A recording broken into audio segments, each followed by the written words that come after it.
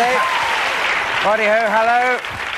Hello and welcome to Whose Line Is It Anyway in America. And for British viewers, I should explain that America is that country underneath Canada where Blue Jeans and Bruce Springsteen come from.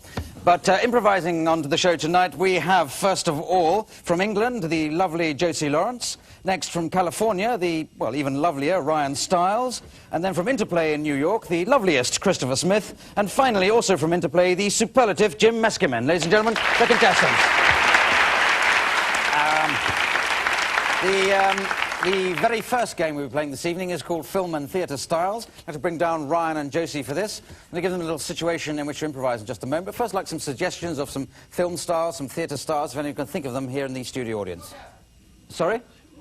Orgasm, okay, all right. I don't know if you're making a suggestion there or just telling you what's happening up there.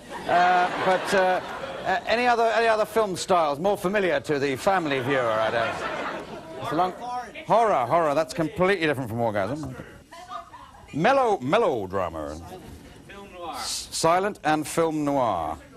Musical, I think that's a massive number of suggestions there. Orgasm. Well, anyway, let's... brings back happy memories. Now, the scene I'd like you to play is, Josie, you've driven up to what we call a gas station in America. Away you go, and I'll give you some styles as we get to it. Sorry, I just like doing that. Could I have some gas, please? You bet you can.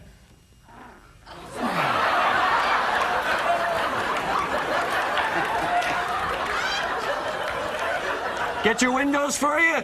Oh, yes, please. Horror. Ah! What are you wiping my windows with? That's a dead animal. Yes, it is. I'm sorry. It's also my mother. Sorry, Mother. Back into the pile, back into the pile. Let me see your face. Silent movie.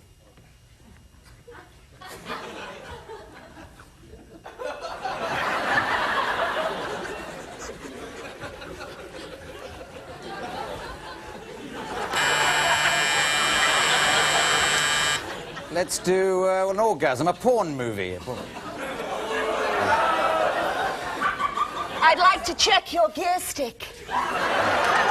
Let me get the oil for you. Oh.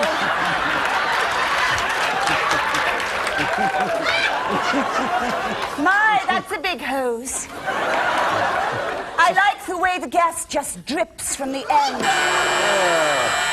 Oh dear, let's, that was a mistake, obviously. Let's end on a bit of melodrama. Oh! My car, my automobile has run out of gas. What am I to do? What am I to do? Okay, let's end there. Thank you very much. Thank you. That's it for the... Thank you. Go back. All right. Well, I've obviously got to give... I've obviously got to give 69 points to each there. Now we come to Chris and Jim. If you'd like to come down, I'll give you a scene in a moment. Some more styles, please, for this pairing. James Bond, yes, that's good. Whoa. This, just from the back row. One person at a time. Let's take this again. Let's take Albert and Costello. Jimmy Stewart. Bugs Bunny and Hercule. What on earth is Hercule? All right. I'll throw in a couple that I can think of myself. I'm never going to hear any of these. So, your situation is... Whoa. One of you is trying to hire a private detective. I called you because you were the best. For the money, that is. At $4 an hour, you're the cheapest detective I ever heard of. $4 an hour plus expenses. Now look, the problem is my wife. I think she's been cheating. I think she's been cheating on another guy. Me. Okay, Abbott and Costello. What makes you think your wife is cheating on another guy? I don't know. She comes home late at night. She comes home late at night. She says, I say, how are you? She says, that's right. That's my name. How? Oh, wait a minute. Your wife's name That's a married name is How. I say, how are you? She says, that's right. Now, your wife's name is How? No, her name's Edith. Well, why did she answer to How? I don't know how she answers. I can't tell. Let's go into a bit of James Bond. So you see, it's not such an easy assignment. You're going to need some interesting weapons. I hope you've got some. As a matter of fact, I do, Bond. You see this pen? Yes, looks like an ordinary fountain pen to me. It is. They're always expecting something more.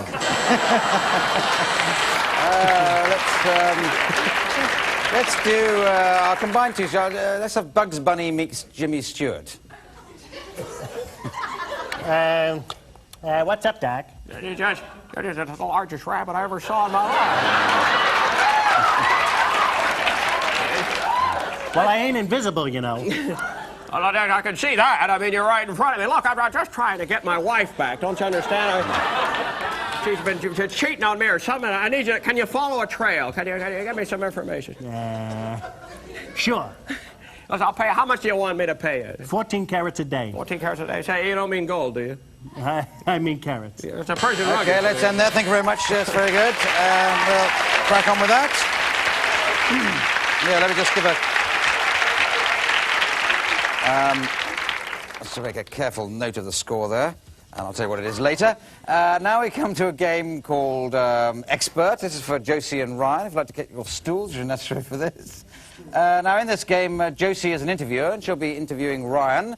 But Ryan will be an expert on some topic. What would you like Ryan to be an expert about? What was that one in the back?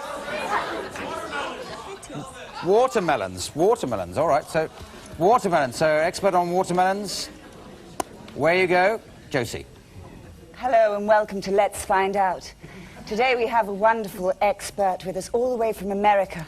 Do you fancy something juicy? Well, let's talk to Mr. Quelch.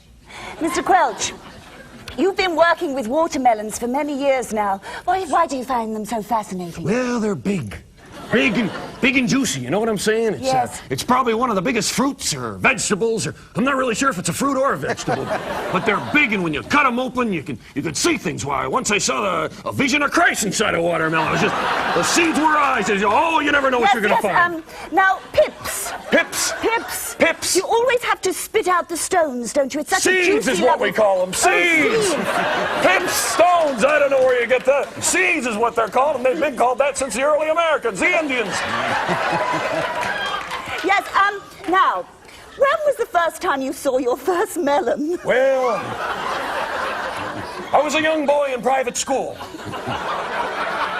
The nuns used to bring them in to tease us with them, you know. Finish your work or you'll have this up your, you know what. Okay, let's end there. Thank you very much. Thank you. Thank you. Righty-ho. Yes. Well... And that's part of a series of improvisations called Fun with Watermelons. Now we come to a game called Book Writer. And here is a bit of an interview here. Chris Tavera is going to be interviewing Jim. He's on a program, a TV program, but Jim has come along to plug a book about something. What would you think his book would... What was that? Rodents, all right. I don't think we went Little Richard, but rodents. So it's a book about rodents. So where you go, do your interview now. Good afternoon, ladies and gentlemen, and welcome to Book of the Week. And we're fortunate enough to have the author of Rodents, My Life, Dr. Charles Winsome. Hello. Dr. Winsome, Rodents, My Life, what's it all about? It's about how people can train rodents that they either have as pets or find in their neighborhood for the Rodent Olympics. And I take it that you've been engaged in this occupation for... I have been training rodents and studying rodents for a long time. This is the first year we're going to actually have a worldwide rodent event, Olympics. Well, what are some of the events that the rodents will be participating in? Jump over a straw, run around the inside of a garbage can lid. We're going to call it something different, but that's what we call it now because that's what it is. Well, we have high dive into a... Also, I just want to say high dive into a cup. High dive into it's fascinating. Well, we have a copy of the book here, and I just wanted to share. I guess this is a photograph of your prize rodent. Yes, this is Eric, and Eric is he's a little under 2 grams, and as you can see, he's... Is that good? Oh, it's average. Well, it's actually pretty beefy for a rodent, and he's That barbell he's lifting weighs over 1 kilo. It's a remarkable thing. Well, Dr. Winsome, it certainly is a pleasure having you on the show. And when will the games actually take place? They will take place after the harvest. When all the nuts are buried, you know. I'm sure they will. I urge you to all run out and buy a copy of Rodents My Life. Thank you, Doctor. Thank you very much. Very good. Yes.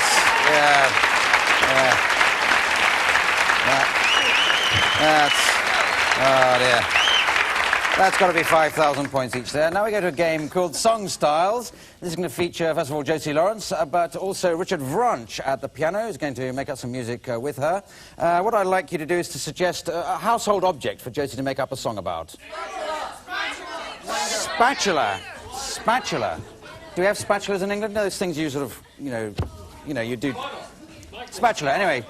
All right, well, while we remember what a spatula is, a song style. Whoa. Now we need a type of song. A type. Jazz? Can you do jazz? Whoa. Jazz. Yeah, yep.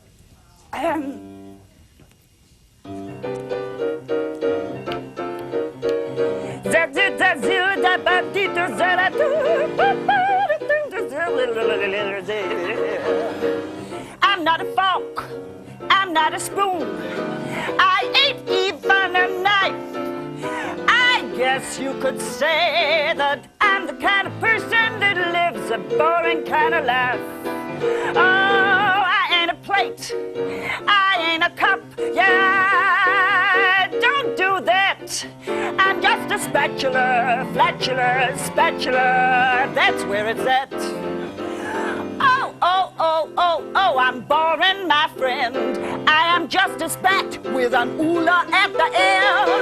Oh, that is my life. That's what I'm gonna be. A spat, oolah,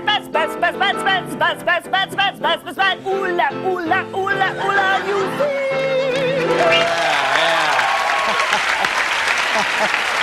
All right. Excellent, Josie. Very good. First case on record of spat singing. Very good indeed. So let's bring Jim down. We'll do some more with you. Let's stick with the spatula, but now you've got to sing in the style of Sting. Very popular English singer.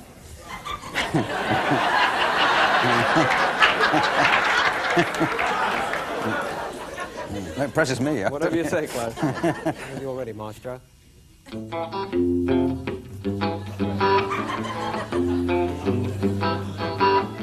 You wiped up the sides with me, scraped my heart. You buttered my plate, tore up my heart. You're one heck of a girl, scooped me up so gentle. Don't you know, lady, so pleased that you're my utensil.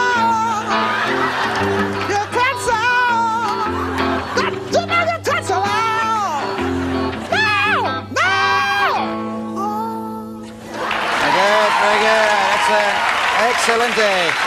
Yes. Oh, dear.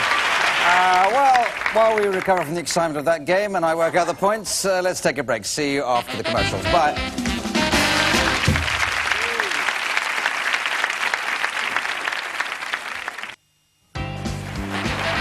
All right. Oh, welcome back. Yes, 1,000,000 points. Why not for that last game? Now we come to a game called Explanations, as involve Christopher and Jim, if you'd like to come down. I'm going to give you some characters. Well, I'll give them to you now. You've got to be Mr. Spock, Christopher. And Jim, you've got to be Captain Kirk. But one of you's got to explain to the other something about how to fix something around the house. What would you say? Toaster. Okay, fix a toaster. Yeah, they always need fixing, don't they? So if one of you can explain to the other how to fix a toaster in those characters, take it away now. I have a most unusual problem. It appears as though my bread is not cooking properly. Why, Spock, I'm surprised you eat bread.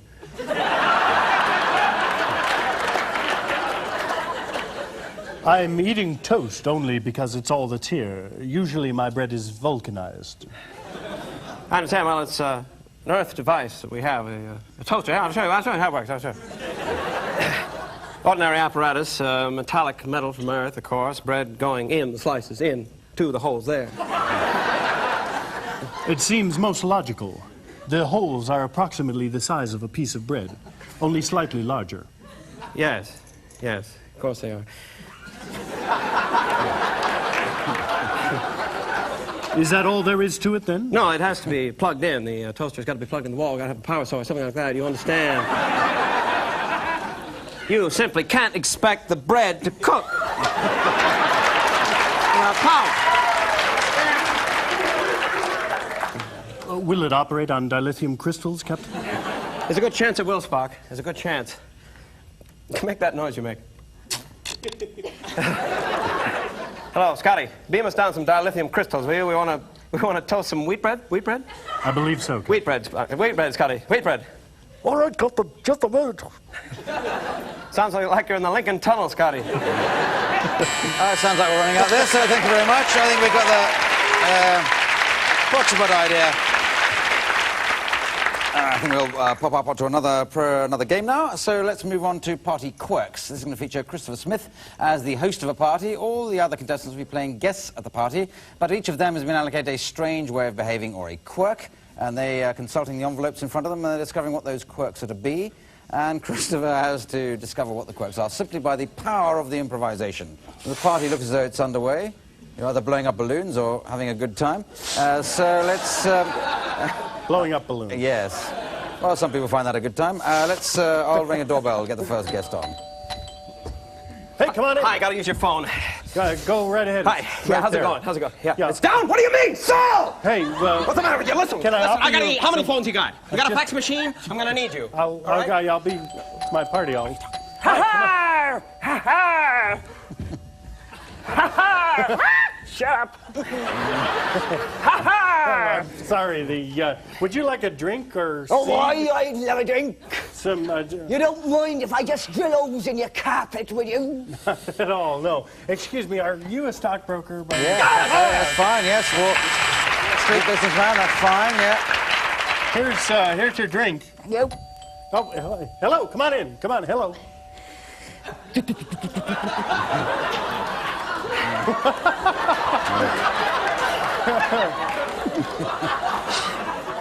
Say, excuse me, but it looks like he may have fallen off your ship. Oh, not mine. Not mine, my hearty. No, are you trying to find the treasure? Yes, very good indeed. Yes, 10 seconds. 10 seconds for Ryan. He's moving in slow motion. Yes, but what does that mean? Well, it doesn't mean a hell. Canopies. I love canopies. Canopies. One small bite for mankind. He's walking on the moon. Yes, there we are. Yes, I think.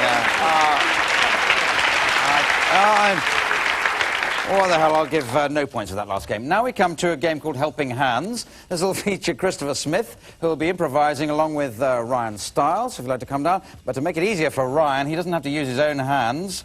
Jim is going to provide the hands for him, which will make it a lot easier. So if you shove your hands under his armpits like that. All right, now, Christopher, what you've got to do is you're on a visit to the dentist, and the dentist turns out to be this strange sort of Ryan Jim creature. And away you go, see what you make of it. Dr. Velnor, are you going to get to the actual examination? Yes, I'm just taking my time here. Some x-rays here I have to check first from a last patient here. Yeah. Oh, that's the last patient. I'm the patient now. I'd like to be... That's true, you are. I don't believe we've met. I'm Dr. Velmore. Hello. Hi, how are you? Hello.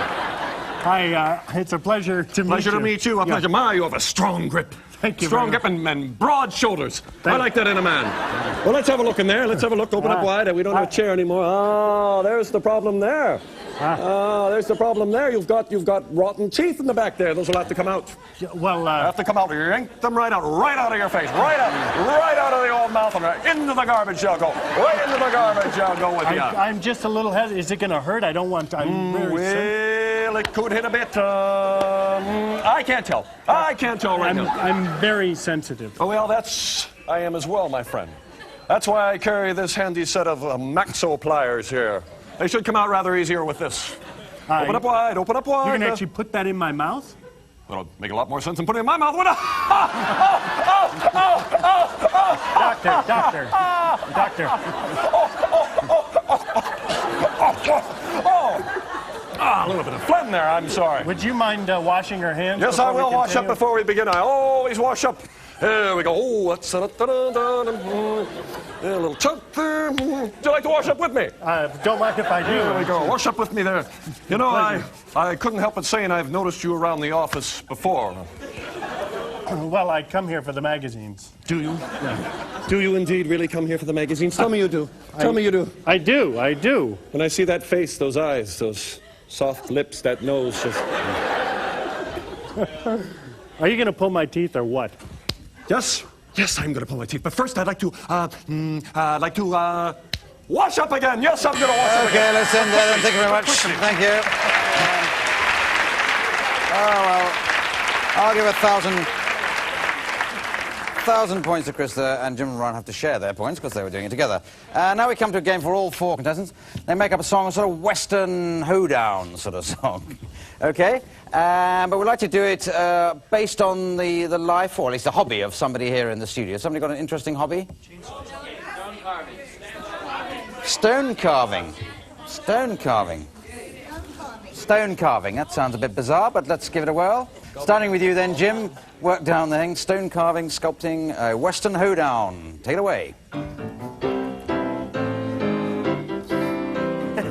If other hobbies leave you in the lurch, you can always break out your chisel and carve yourself a perch. That's right, you can carve a marble or a granite. Just go ahead and have at it. You may spend a couple hours cleaning off the sediment from that age-old fallen pediment. But once you have done it, you will notice with ease that it's one of them Grecian frieze. Well, you know, carving is lots of fun. It's cheaper to buy the rocks by the ton. I like it when I'm carving when I'm alone, but I find it's a lot easier when I am stoned. Everybody chisel your marble, chisel with ease. Chisel your marble, please. Chisel your marble, chisel it right down. When you're sculpting, you won't wear a frown. Chisel your marble, that's all I can say. Take the stone and hit it every day. You can make just anything you want. Chisel your marble, chisel it right down. Yes, very good. Hey. Yeehaw. Well, but that unfortunately is the very last game, and totaling up the points, I see that Ryan Stiles is this week's winner. So, well done, Ryan.